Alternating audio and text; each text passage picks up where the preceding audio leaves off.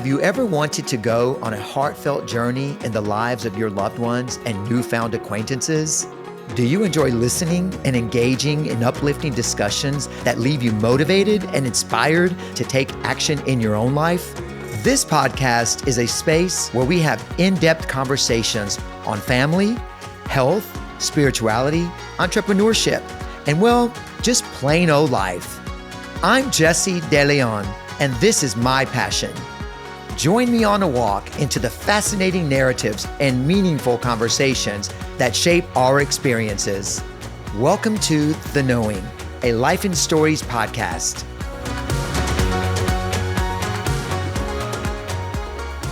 Hi, everyone. Thank you for joining me and being here with me. I'm so excited and happy to be able to do this. And wow, I can't believe it. It's a dream come true. I know I say it all the time, but I just want to say that it really is so special to me to be able to come here, be here with you guys and have a voice to by which to speak and to talk about things that I find are important or special to me. Also, just things that my clients and I talk to from day to day, from appointment to appointment. So thank you so much. So grateful. Today, I want to talk about manners, etiquette. So I'm going to start off with the definition of etiquette. Etiquette is the set of norms of personal behavior in polite society, usually occurring in, usually occurring in the form of an ethical code of the expected and accepted social behaviors that accord with the conventions and norms observed in and practiced by a society, a social class, or a social group. Wow, that's pretty deep, and it sounds really important. I think it is important. And I want to read you the definition of manners because oftentimes they think they're one and the same. But let's see, here we go. Manner, a person's outward bearing or way of behaving toward others. That's really pretty neat.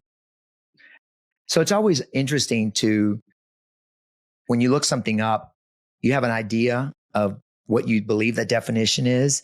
And then, and sometimes it is that definition, but because there are so many other words that are used to mean the same thing, it's actually good to kind of look those things up. So I wanted to do that with you this morning. So manners, etiquette. You know, my father and mother were so keen on teaching us the importance of manners. And I remember my parents saying, and also my older siblings saying, you know, manners or good etiquette, it's not about making someone feel uncomfortable or making them feel less than or less important or to raise your status. It's not about that at all. We were told that manners and good etiquette was about being respectful. And it's a whole other thing entirely. I think that it doesn't matter what socioeconomic background we come from.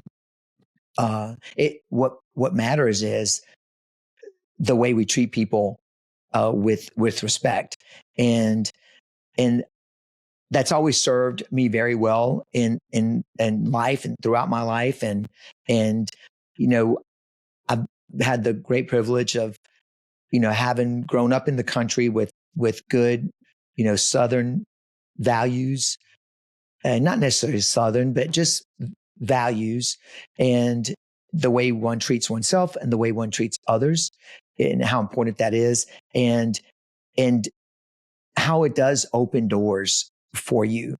I remember when the first time I got to go on a weekend trip with a friend. I was in the 7th grade, and actually, one of my older sisters, I went along with she, and it was she and her boyfriend's family that were going to the beach, and I was invited along because her boyfriend's younger brother was my best friend.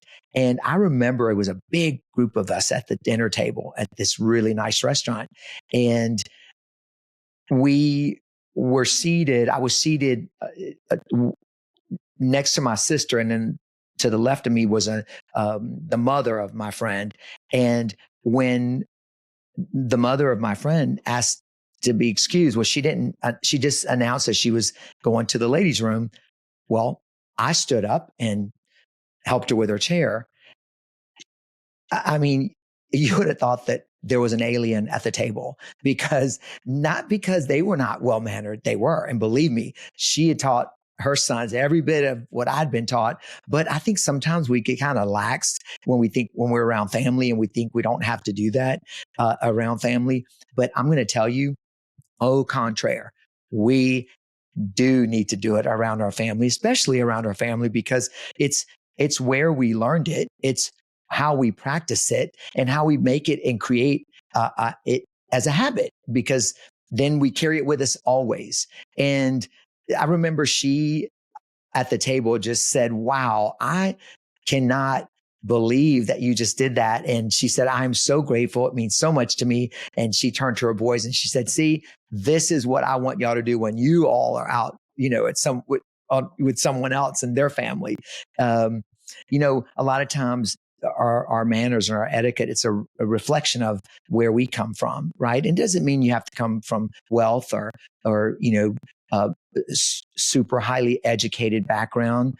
It just is about respect, and it means a lot, and people do care about that, and it helps people to feel, again, valued, important, special. And I want to share another story about the importance of manners, of good manners. A very good friend of mine had graduated from Tulane Law School back in the early 90s. And when he graduated, there was, some type of, economic downturn in our country.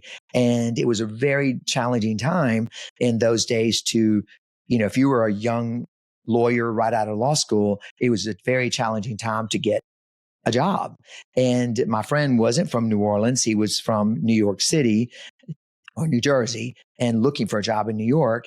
And he managed to get an interview. And the way he got the interview was he had tried through Tulane, and it just nothing was panning out. So he took it upon himself to go to Columbia Law School in New York City. And he snuck in pretending to be a student of Columbia Law just to get to their jobs board, in hopes that he could get some idea of like who is hiring, and maybe I can, send them my resume.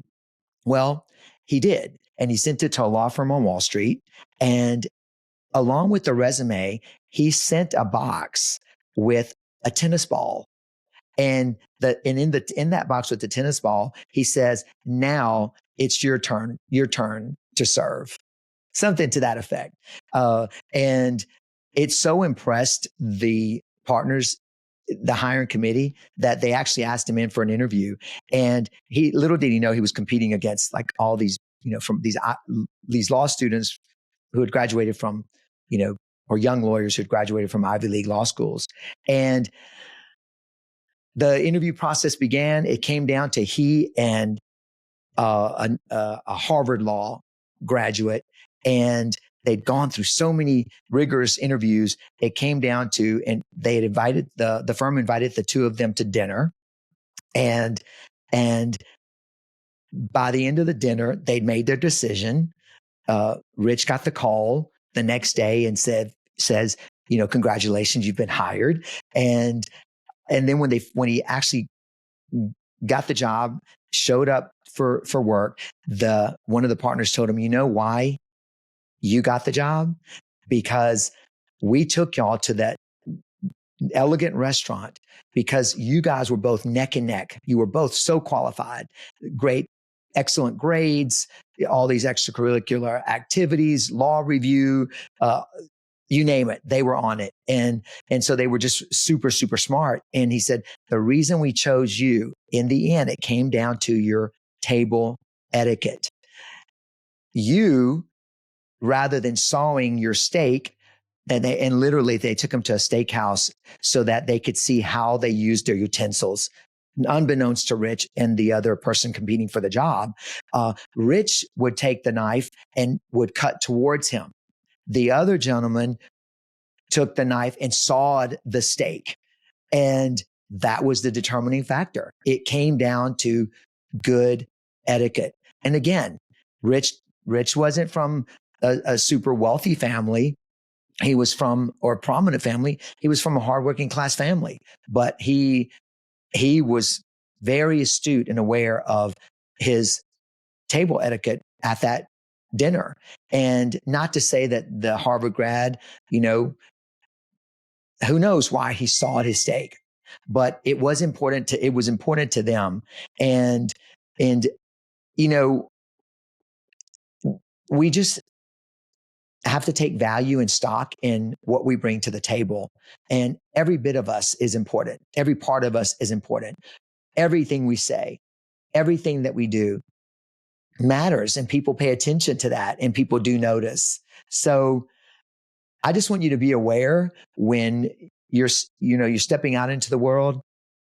You wake up and start out with your gratitudes. Be grateful for being here, being alive, being able to have another day to make a difference.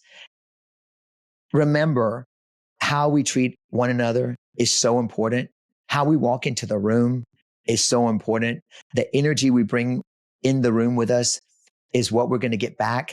And treating people with kindness and with respect, it goes a long way. So I just want to say that I'm grateful to you, Mom and Dad, and to my older siblings for caring enough to want to instill the values of good manners and into my life, and making it a habit, a great habit. And it is really the foundation by which I exist, and really make an effort to always to pay homage to the people who love us, who teach us, who care about us. So have a great day, and go out there and use your great manners and your good table etiquette. It makes a difference. See you next time.